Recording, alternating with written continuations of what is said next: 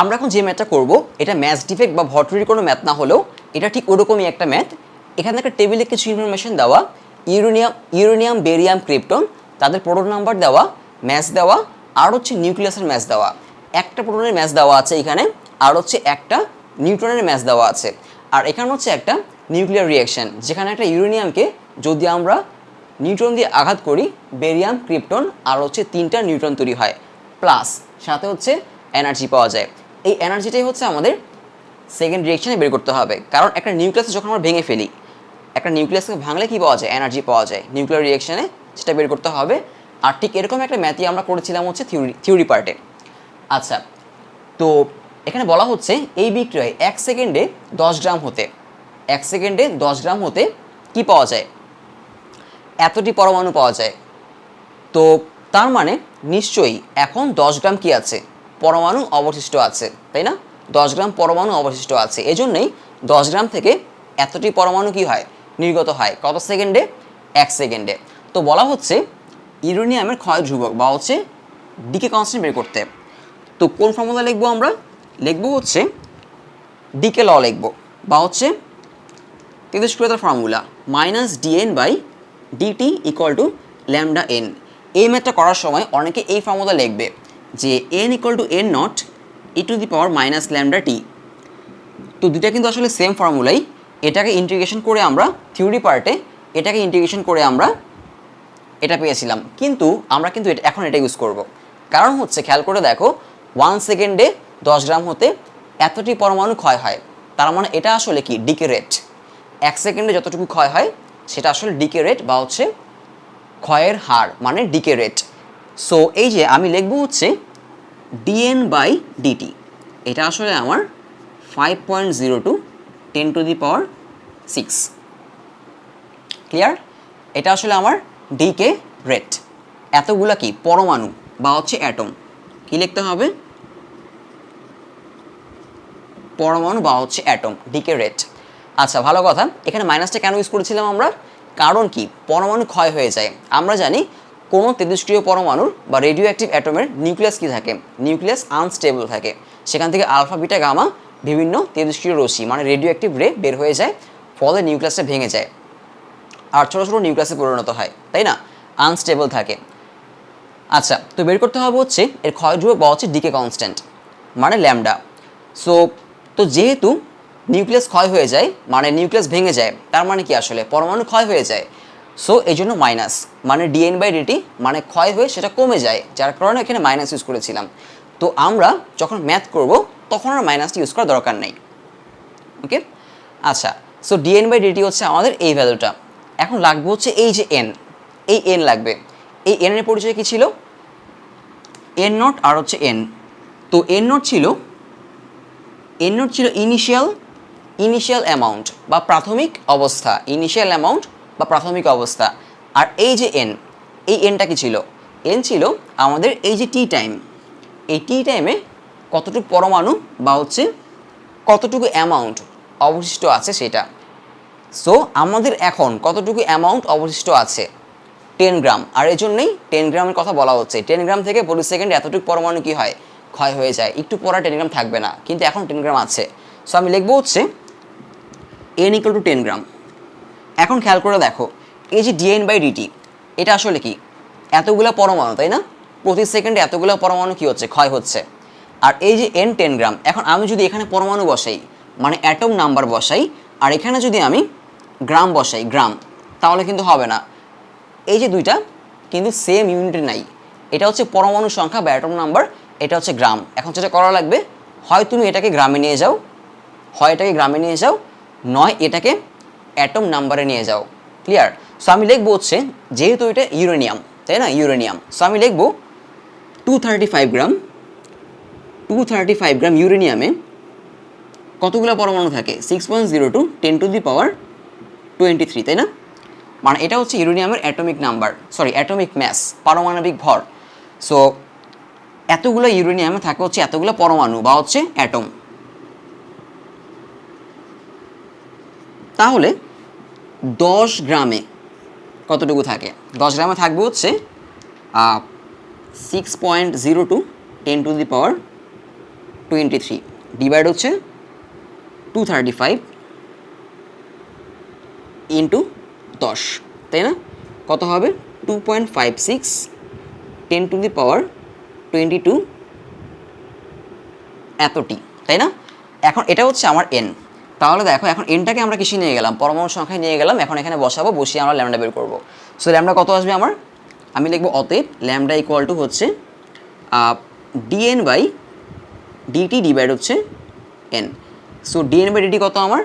5.02 10^6, কারণ এটা হচ্ছে 1 সেকেন্ডে ডিকে রেট বা হচ্ছে ক্ষয়ের হার যেটাকে বলা যায়। 5.02 10^6 আর নিচে হচ্ছে 2.56 10^22।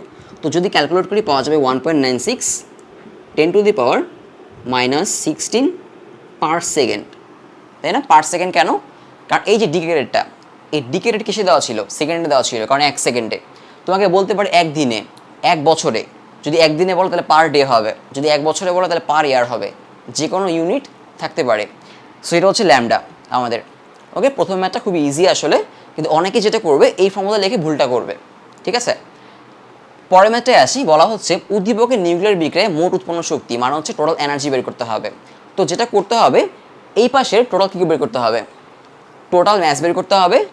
এ পাশের টোটাল ম্যাস বের করতে হবে, মাইনাস করে সেই ম্যাসটাকে এনার্জিতে কনভার্ট করা লাগবে। আমরা এরকম একটা ম্যাথ থিওরি পার্টে করেছিলাম। তো এখন আমি দেখিয়ে দিচ্ছি এটা কীভাবে করতে হবে আবার।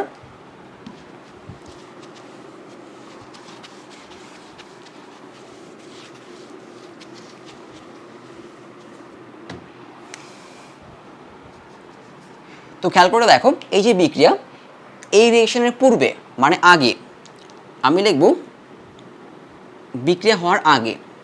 তো আগে এখানে কি কি আছে? ইউরেনিয়াম, তাই না? তো আমি লিখবো হচ্ছে ইউরেনিয়াম, যেটা হচ্ছে কত? 23592। আর হচ্ছে নিউট্রন হচ্ছে একটা। তো ম্যাস কত? ওদের ম্যাস দেওয়া আছে এখানে, নিউক্লিয়াসের ম্যাস ইউজ করতে হবে 235.04390, আর নিউট্রন হচ্ছে 1.00867। তো যদি প্লাস করি তাহলে হচ্ছে বিক্রিয়ার আগে মোট শক্তি পাওয়া যাবে, সেটা কত আমাদের? যদি প্লাস করি 236.05266 এটা আসবে। এটা হচ্ছে বিক্রিয়ার পূর্বে ম্যাস, আগে। এখন হচ্ছে বিক্রিয়ার পরে আসি। বিক্রিয়ার পরে কী কী আছে? আমি লিখব বিক্রিয়ার পরে হচ্ছে এখানে একটা বেরিয়াম, একটা ক্রিপ্টন আর হচ্ছে 3টা নিউট্রন। সো আমি লিখব 14156 বেরিয়াম, আর হচ্ছে 9136 ক্রিপ্টন, আর হচ্ছে 3টা নিউট্রন। ওকে, তো আমি সবগুলোর ম্যাস লিখি। এখানে ম্যাস কত কত আছে? এখানে ইউরেনিয়াম না, বেরিয়াম আর ক্রিপ্টন। বেরিয়াম হচ্ছে 140.9139 91.8973, আর 3 ইন্টু নিউট্রন 3 ইন্টু 1.00876। তো আমি যদি সবগুলো প্লাস করি এখানে, তাহলে পেয়ে যাবো হচ্ছে আমি কত?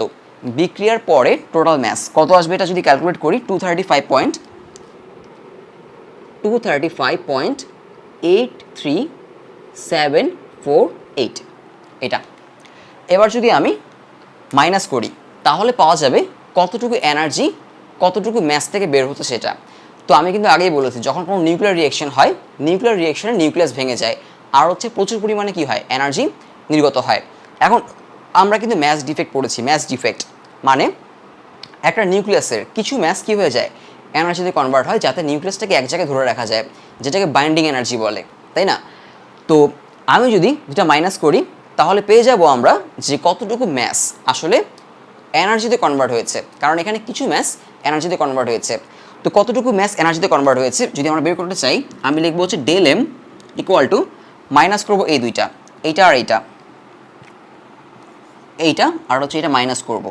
তাহলে 236.05266 মাইনাস 235.83748, 235.83748। তো যদি আমি এটা ক্যালকুলেট করি ডেল এম কত আসবে, ডেল এম 0.21518, 0.21518 ডেল এম। এখন এটাকে আমরা নিব হচ্ছে এনার্জিতে কনভার্ট করব, মানে হচ্ছে E equal to MC square, E equal to MC square. এখন এম হচ্ছে 0.21518 আর সি স্কোয়ার কত বসাবো, অবশ্যই 3 × 10⁸ বসাবো না, বসাবো হচ্ছে 931.5 এটা বসাবো। তাহলে আমরা মেগা ইলেকট্রন ভোল্টে কী পাবো, মেগা ইলেকট্রন ভোল্টে হচ্ছে এনার্জি পেয়ে যাব। কেন 9315 বসাচ্ছি, কারণ হচ্ছে 1 অ্যাটমিক ম্যাস ইউনিট থেকে এতটুকু এনার্জি পাওয়া যায়। আমি থিওরি পার্টে দেখিয়েছি, এর আগের ম্যাথেও দেখিয়েছি। 1 অ্যাটমিক ম্যাস ইউনিট, 1 AMU আসলে 1.6 × 10⁻⁻27 কেজি। যদি আমরা এটাকে এনার্জিতে নেই তাহলে ইকুয়াল টু কত হবে, এমসি স্কোয়ার, মানে হচ্ছে 1.6 × 10⁻⁻27 কেজি ইন্টু হচ্ছে মানে ম্যাস, আর হচ্ছে সি হচ্ছে আমার কত 3 × 10⁸ হোল স্কোয়ার, ঠিক আছে। মানে হচ্ছে আমরা 1.6 × 10⁻⁻27 এটাকে আমরা এনার্জিতে নিয়ে গেলাম। যদি ক্যালকুলেট করি কত আসবে, আসবে হচ্ছে 14.92 10⁻⁻11 জুল, এটা জুলে আসলো। এখন যদি আমি এটাকে ইলেকট্রনের চার্জ দিয়ে ডিভাইড করি, ইলেকট্রনের চার্জ কত 1.6 10⁻⁻11, যদি আমি এটাকে ইলেকট্রনের চার্জ দিয়ে ডিভাইড করি পাবো হচ্ছে 931.5 10⁻6 ইলেকট্রন ভোল্ট। তো যেহেতু ইলেকট্রন ভোল্ট, যদি আমি এটাকে নিয়ে যাই মেগা ইলেকট্রন ভোল্টে তাহলে 10⁻6 চলে যাবে, হবে হচ্ছে এত মেগা ইলেকট্রন ভোল্ট। তার মানে 1 অ্যাটমিক ম্যাস ইউনিট থেকে আসলে আমরা এতটুকু এনার্জি পাই। এখন কথা হচ্ছে এটা কেন আমরা মাল্টিপ্লাই করছি, কারণ এই যে এমটা ডেল এম এটা কিন্তু আসলে কোনো কেজি বা গ্রামে আসে নাই, আমি আগে অনেকবার বলেছি এটা কেজি বা গ্রামে আসে নাই, এটা আসছে কিসে, এটা চলে আসছে ইউনিটে, এত ইউনিট। কারণ কি, কারণ এই যে আমাদের প্রোটন আর হচ্ছে নিউট্রন এদের যে ম্যাসগুলো দেওয়া আছে এগুলো কিন্তু ইউনিটে দেওয়া, তাই না। একটা প্রোটনের অ্যাকচুয়াল ম্যাস হচ্ছে এইটা 1.6 10⁻⁻27। এখন আমরা কি একটা প্রোটনের জন্য তার অ্যাকচুয়াল ম্যাসকে এখানে ইউজ করেছি, অবশ্যই না। কারণ হচ্ছে এই যে ম্যাসগুলো দেওয়া এগুলো কিন্তু আমরা আপেক্ষিক ম্যাস বা হচ্ছে এই যে প্রোটনের তাদের রিলেটিভ ম্যাস বা হচ্ছে আপেক্ষিক ম্যাস ইউজ করেছি। সো এই যে ম্যাসটা এটা কিন্তু কেজি বা গ্রামে না, এটা কিসে চলে আসলো, ইউনিটে, তাই না। আচ্ছা, তো এটা কেন হয় থিওরি পার্টে বুঝিয়েছি, আর আগের ম্যাথেও বুঝিয়েছি। তো আগের ম্যাথটা যদি দেখো তাহলে হচ্ছে খুব ভালো হয়, ইজিলি বুঝবা। সো আমরা হচ্ছে এখানে বসাবো হচ্ছে সি স্কোয়ারের জায়গায় 931.5, কারণ 1 অ্যাটমিক ম্যাস ইউনিট থেকে এতটুকু এনার্জি পাওয়া যায়। সো বসালে হচ্ছে কত পাওয়া যাবে, এটা 200 mega electron volt, 200.33 mega electron volt. এটা হচ্ছে আমাদের টোটাল প্রাপ্ত এনার্জি এই নিউক্লিয়ার রিঅ্যাকশন থেকে। ক্লিয়ার?